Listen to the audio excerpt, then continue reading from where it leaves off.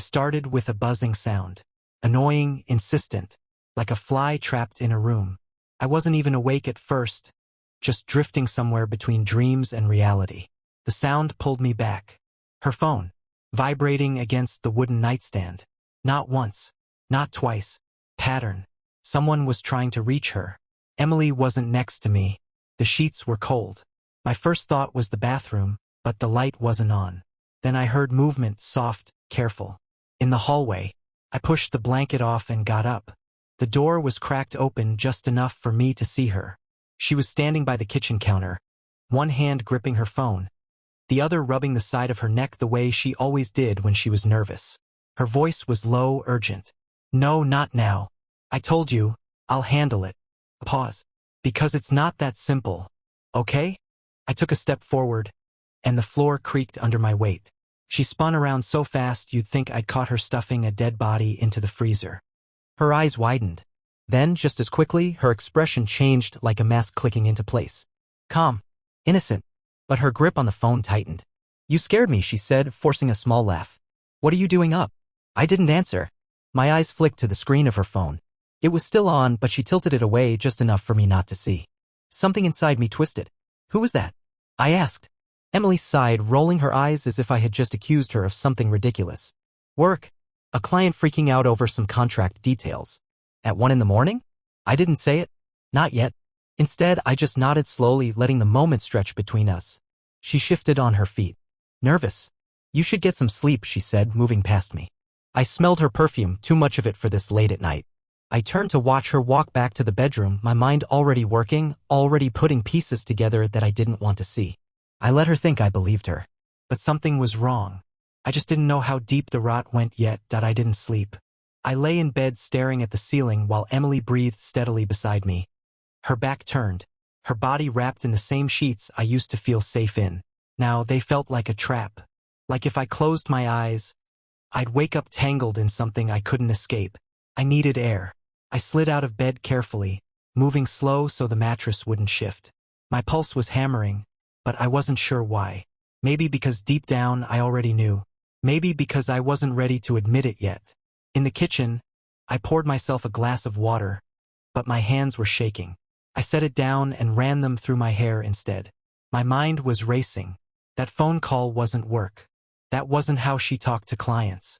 I'd heard her on calls before. Professional, firm, charming when she needed to be. But this was something else. Something personal. I turned back toward the hallway, eyes landing on her purse sitting on the counter. Her phone was inside. I shouldn't. I had never been the kind of man who checked his wife's phone. Felt wrong.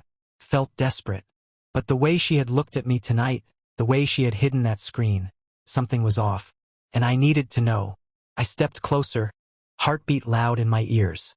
Slowly, I reached for the bag, fingers brushing against the leather. I was just about to pull it open when a sound. I froze. Footsteps. No, not footsteps. Just the creak of the bed shifting.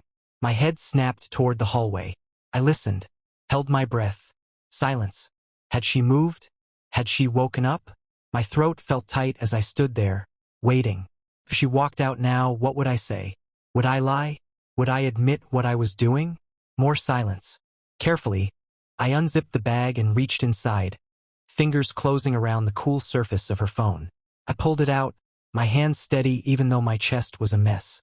The screen was still locked. I hesitated. What now? If I tried to guess her password, I'd only have a few chances before it locked me out completely. I could wait until she was asleep again and use her fingerprint. Or I could a vibration. My stomach dropped. A message. Right in front of me. Unknown number, I miss you already. The world tilted. I felt it happen. Like the ground had been pulled out from under me. My breath caught in my throat as I stared at those 4 words, simple and devastating. My brain tried to reason with it. Maybe it was a friend. Maybe it was a mistake. Maybe another message.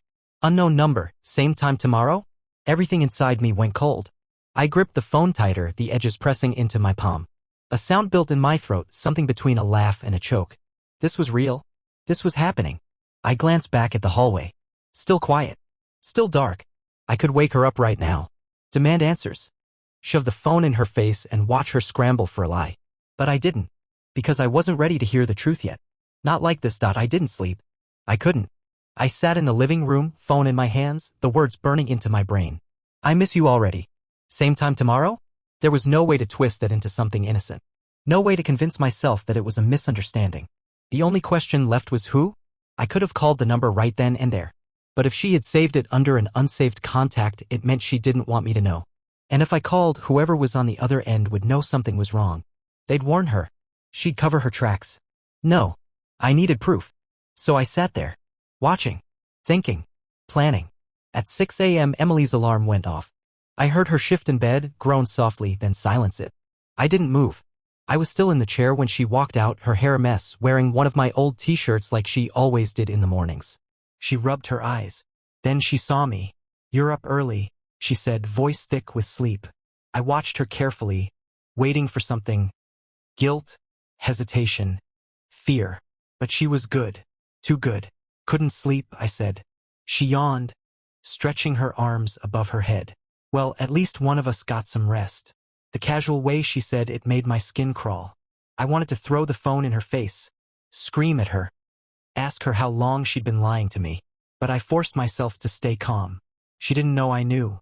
That was my advantage. She walked over and kissed me on the forehead, a habit she had since we first got together. Only now it felt different, tainted. She pulled back and smiled. "I need coffee." I followed her into the kitchen, watching as she moved, studying every detail. The way she hummed softly while pouring her coffee. The way she scrolled through her phone absent-mindedly. Was she checking for messages? Was she waiting for him to respond? She caught me looking. "What?" she asked with a small smirk. I shook my head. "Nothing." She sipped her coffee. "You sure you're okay? You look tense." I forced a smile. "Just a rough night." She pouted slightly, reaching out to squeeze my arm. "Maybe we should go out tonight. Just us. We haven't had a date night in a while." I almost laughed. Was this guilt? Or just another lie? "Yeah," I said. "That sounds nice." But I was already making plans of my own. By noon, I had a new burner phone. It was easy enough to get one. I picked it up from a store across town, paid in cash. I didn't want her or anyone else knowing what I was up to. When I got home, Emily was already dressed and getting ready to leave.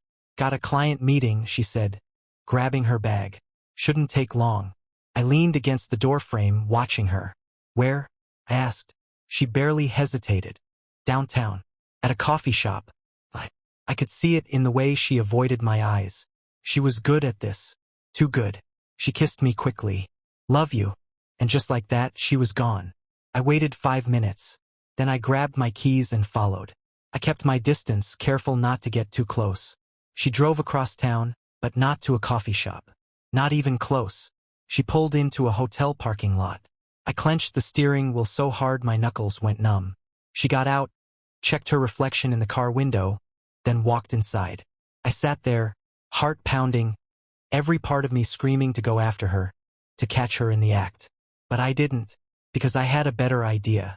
I grabbed the burner phone, took a deep breath, and typed a message to the number I saw last night. Same time. Room number? I hit send, and waited. 0.3 minutes passed. Then 5. Then 8.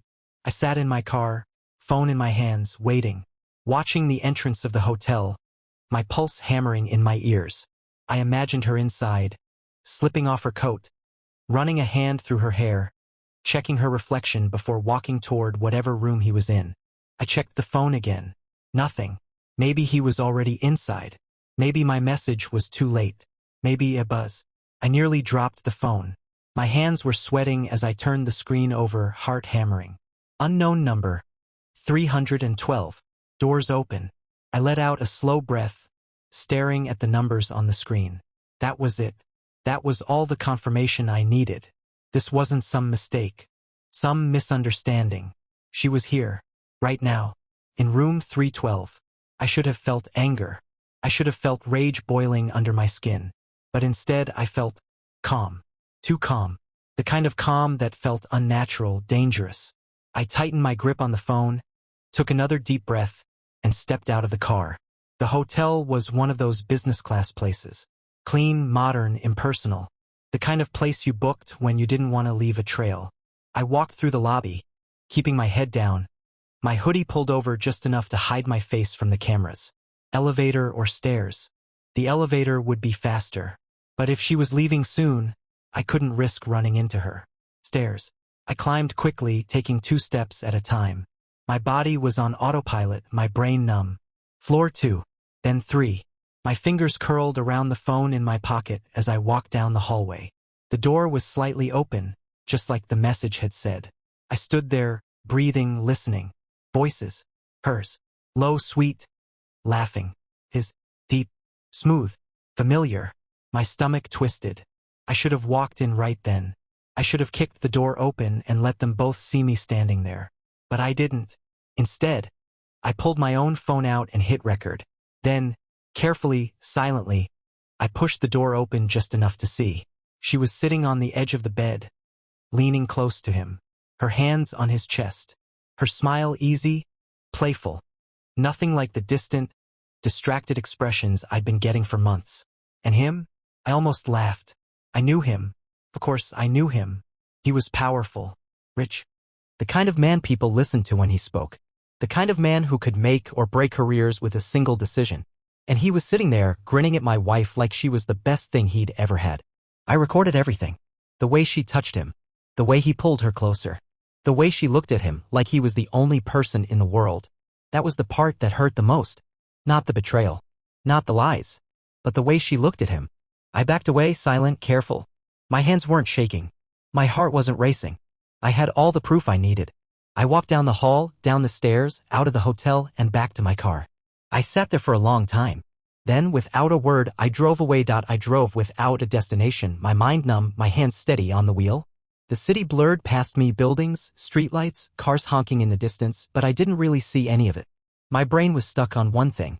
One image. Emily. In that hotel room. With him. I had suspected. I had even prepared myself for the worst. But seeing it with my own eyes, watching her lean into him, touch him, laugh with him, that was different. That was real. And him. Of all people, it had to be him. Mark fucking Reynolds. A name that carried weight. Influence. The kind of man who walked into a room, and people suddenly straightened their backs. He was older than Emily by at least 15 years. A corporate powerhouse. Always in the media for some business deal or another. I had met him once. A charity event. Emily introduced me. "This is my husband," she had said, smiling, holding my hand, pretending like we were something we weren't. And Mark? He had shaken my hand, looked me in the eye, and given me one of those firm, practiced grips. The kind that says, "I win." Always. How long had it been going on? How long had she been lying to me? I pulled into an empty parking lot and gripped the steering wheel, my breathing slow and controlled. The old me, the stupid, trusting me, would have gone home, confronted her, demanded answers. But now? Now I was playing a different game. I took out my phone, the one I had used to record them, and scrolled through the footage. I had about a minute's worth, enough to confirm everything, but not enough for what I had in mind. I needed more. I opened my messages, typed in the number from before, and hit send. Me, tonight? Same place? I didn't have to wait long. Unknown number, of course. 8 p.m. You know where to find me. I smiled. I went home before she did. When Emily walked through the door, she looked normal. Like nothing had happened. Like she hadn't spent her afternoon in a hotel room with another man. "Hey," she said, setting her purse down. "What have you been up to?" I shrugged. "Just running errands." She smiled, walking over to me, slipping her arms around my waist. "Did you think about our date night?" I looked at her. Really looked at her. There was no guilt in her eyes. No hesitation. Just lies. "Yeah," I said, smiling back. "Let's go somewhere nice."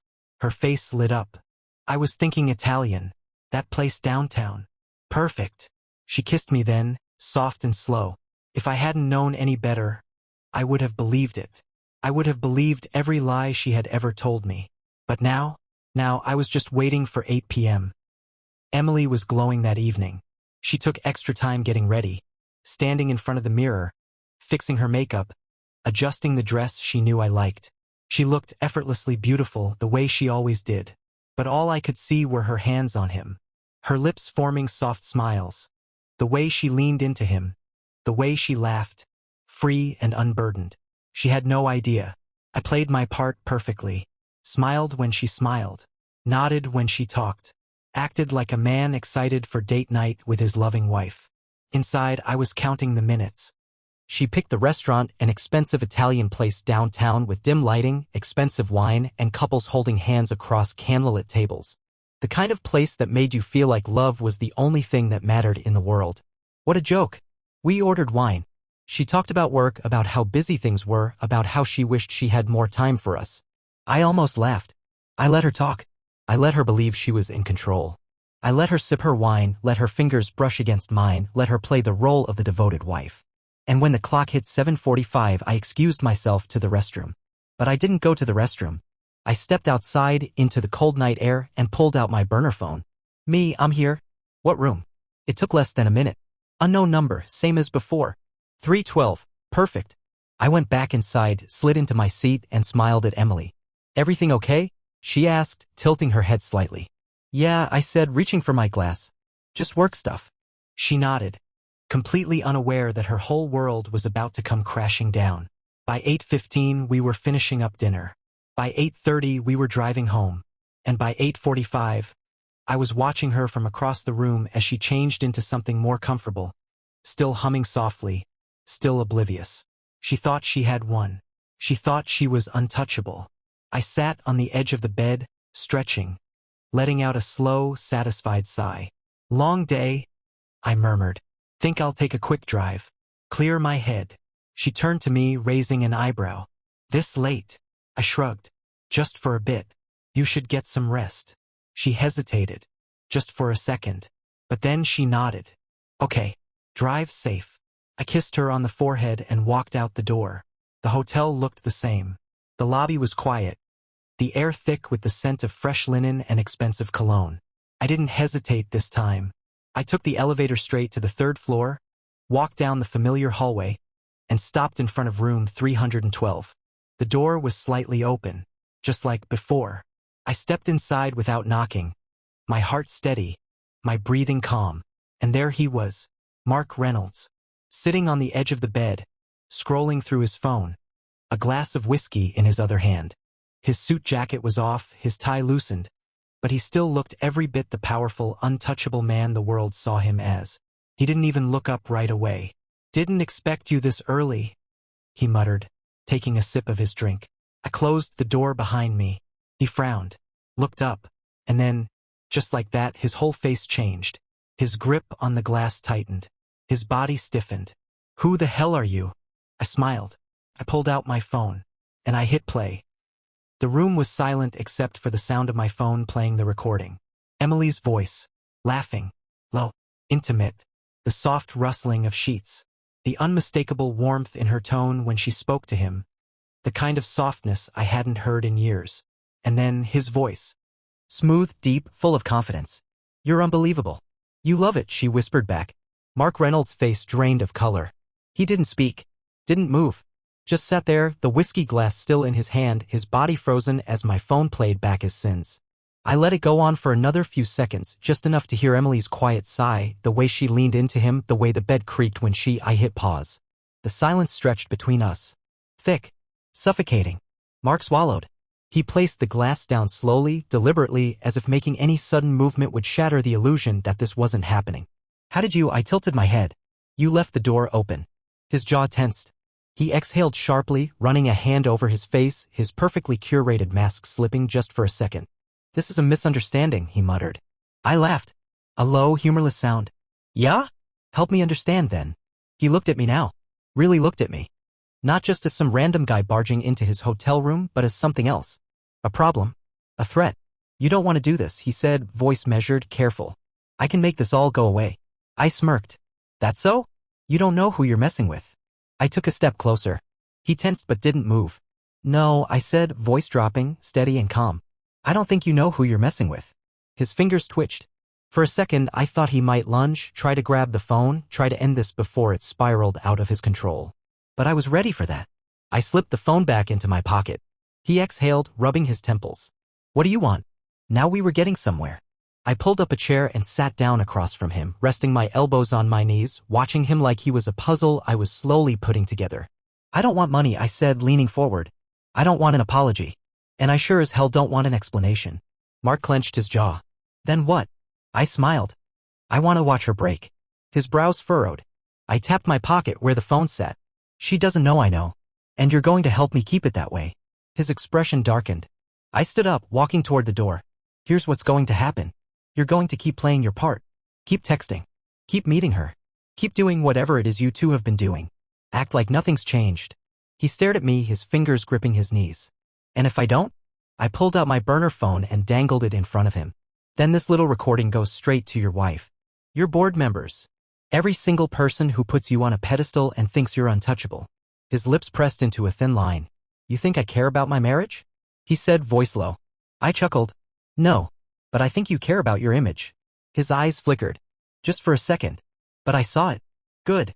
I opened the door and stepped into the hallway, turning back one last time. You'll hear from me soon. Then I left. And for the first time in a long time, I felt in control. I drove home with a strange sense of clarity. It wasn't peace. It wasn't relief. It was something sharper, something cleaner. A kind of focus I hadn't felt in years. Emily had spent so much time lying, so much effort covering her tracks, thinking she was untouchable. She had convinced herself that I was just another blind fool. And now? Now, I was watching her from the other side of the mirror. When I walked through the front door, the house was quiet. The lights in the living room were dim, the soft hum of the dishwasher the only sound. Emily was curled up on the couch, a blanket wrapped around her legs, her phone in her hands. She looked up and smiled like a wife happy to see her husband home. I almost laughed. Hey, she said, stretching. How was your drive? Good, I said, locking the door behind me. Cleared my head. She nodded, patting the couch beside her. Come sit. Watch something with me. I hesitated just for a second. Not because I didn't want to, but because I needed to make sure I played this right. So I sat. She curled into me, resting her head on my shoulder. I missed you. I ran my fingers through her hair, soft, slow. Lies. Me too, I murmured. She let out a content sigh, her body warm against mine. I was thinking maybe we should take a trip, she said. Just us. Somewhere far. No work, no stress. Just you and me. I stared at her. She wasn't trying to fix our marriage. She wasn't trying to reconnect. She was trying to distract me. To keep me from seeing the cracks. That sounds nice, I said. She smiled, kissing my cheek. I'll start looking at flights tomorrow. And just like that, she settled against me, content. Relaxed. As if the past few months hadn't been built on nothing but deception. I let her rest against me. Let my fingers brush through her hair. Let her believe she was safe. But in my mind, I was already dismantling everything she had built. The next morning, I woke up before she did. I got out of bed carefully, moving slowly so she wouldn't stir. The sun hadn't fully risen yet, the bedroom still wrapped in early morning shadows. Emily's phone was on the nightstand. She was a deep sleeper. Always had been. I picked it up. The screen was locked, of course, but I didn't need to get inside. Not yet. I just needed to see something. I swiped down. Checked her notifications. Nothing. I placed the phone back exactly how it was and walked out of the room. She was careful. Too careful. But I was patient. And patience always won. At exactly 9 a.m., my burner phone buzzed. A message. Unknown number, what do you want from me? I smirked. Mark Reynolds was nervous. I took my time responding. Let him sweat. Then, finally, I typed. Me, we're going to make her think she's winning. You're going to keep seeing her. Keep texting her. Act like nothing is wrong. A pause. Then unknown number. Why? I leaned back in my chair, staring at the screen. Then I sent the last message of the morning. Me, because the higher she climbs, the harder she'll fall. Emily was playing a game she thought she had already won. That was her mistake. She didn't realize that the rules had changed, that the pieces on the board had shifted while she was too busy sneaking around in hotel rooms, thinking she was untouchable. For the next few days, I let her think everything was normal. I let her wake up in my arms. I let her text him while pretending to be buried in work emails. I let her walk around our home wearing my t-shirts, sipping coffee, humming softly like she had no care in the world. She had no idea that her world was already cracking beneath her feet. Because I had everything. Every text she sent, every time she met him, every lie she told me. It was all documented. Mark, for all his power, for all his confidence, was now my puppet. He did exactly as I told him. Sending messages, arranging meetings, keeping Emily trapped in the fantasy she thought she was living. I made sure she thought things were escalating with him, that he was becoming more attached, that she was pulling the strings. And then I set the final trap. It was a Wednesday evening when I made my move. Emily was in the kitchen on the phone, talking to someone about work, or so she wanted me to think. I knew exactly who was on the other end of that call. She was telling Mark that she couldn't make it that night, that I had suggested a last-minute dinner, and she couldn't say no without making me suspicious. She didn't know I was the one who had planned that dinner. I leaned against the doorway, watching her as she ended the call. She turned and smiled at me like she wasn't lying straight to my face. "Ready to go?" she asked, grabbing her coat. I smiled back. Yeah. The restaurant was quiet, intimate. Candles flickered on the tables, low music humming in the background. Emily reached for my hand across the table, her fingers light, delicate. She was performing again, playing the part of the devoted wife. If I hadn't known any better, I might have believed it. But I did know better. "Are you happy?" I asked suddenly. She blinked, surprised by the question. "Of course," she said, tilting her head. "Why wouldn't I be?" I studied her. "No reason. Just thinking." She smiled, squeezing my hand. "I love you, you know." I forced myself not to react. Instead, I just smiled back and said, "I love you too." The biggest lie of the night. When we got home, I let her go to bed first. I told her I had some emails to send, but really, I was waiting for the message. Came exactly when I expected it to. "Unknown number. She's texting me. She's worried I'm mad at her for canceling." I smirked. Emily thought she was controlling this. She thought she was balancing two lives, keeping both of us exactly where she wanted. But she was the one being played. Me. "Tell her to meet you tomorrow. Somewhere important." Unknown number. Where? I thought about it. Then I typed, "Me, our house." A long pause. Then, unknown number. "Are you insane?" I didn't respond. I didn't have to. Mark Reynolds knew exactly what would happen if he refused. The next morning, Emily was different. Restless. She kept glancing at her phone, checking for messages. I pretended not to notice. She thought she was being careful, keeping everything in check. But when she got that text from Mark, I saw it happen. The slight widening of her eyes. The way she exhaled slowly, calming herself. The way she typed back quickly, shoving her phone away like nothing had happened. Like I didn't already know everything. She thought she was sneaking around. Thought she was going behind my back. But really, she was walking straight into my trap. The morning was quiet. Too quiet. Emily moved around the house like everything was normal, but I could feel the shift. There was a different energy to her. Something restless, something on edge. She smiled, kissed me on the cheek, asked what my plans were for the day, all while keeping her phone within arm's reach like it was a lifeline. She thought she was smart, slipping away right under my nose. But she had no idea I had planned every second of this. At 3:45 p.m., she got a text. She glanced at me, quick and cautious, before picking up her phone and turning slightly away, like I wouldn't notice. I noticed everything.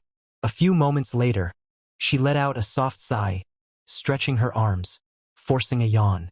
"God, I'm exhausted," she said, rubbing her forehead. "I might go for a drive, clear my head a little." I almost laughed. She had been using that excuse a lot lately. "Yeah?" I asked, leaning back in my chair. "Where to?" She hesitated. Just for a second. "Maybe the park," she said. "Or the beach." "I don't know, just somewhere quiet." I nodded slowly. "That sounds nice. You want me to come?" She froze. Her body didn't move, but I saw it in her eyes, the brief flash of panic. She recovered quickly, forcing a soft smile. No, it's fine. You have work to do, right?" "Yeah," I said. "I do." She exhaled, relieved, and kissed my forehead. "I won't be long." I smiled. "Take your time." She walked out the door, got into her car, and drove off. And exactly 3 minutes later, I followed.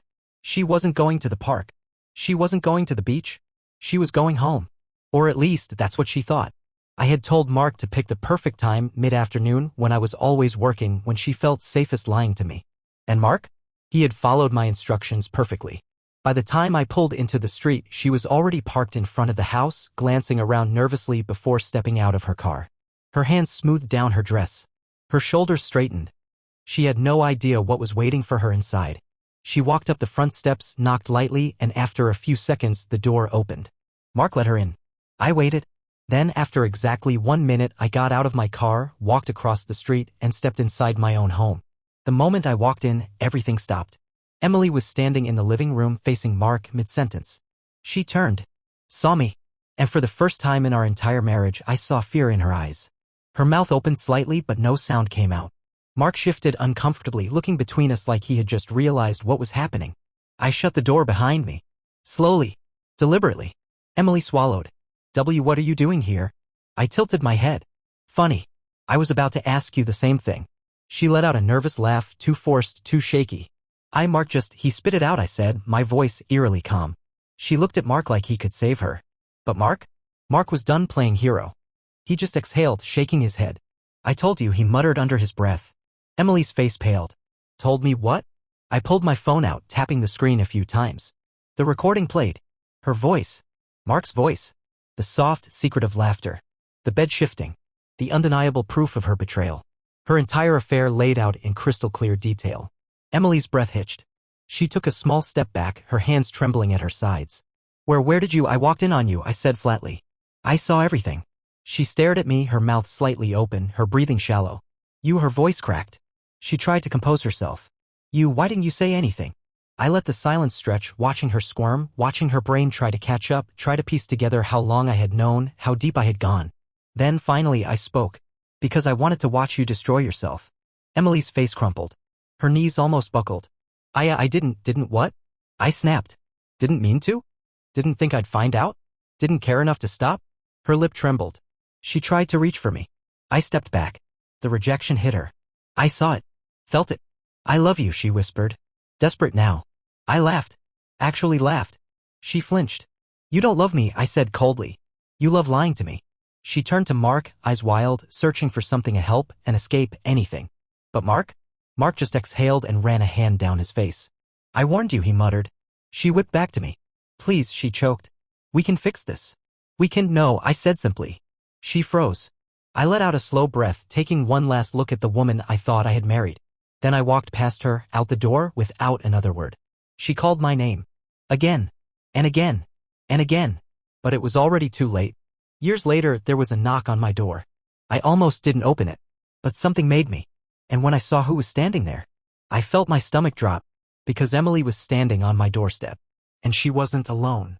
A little girl stood beside her. A little girl with my eyes.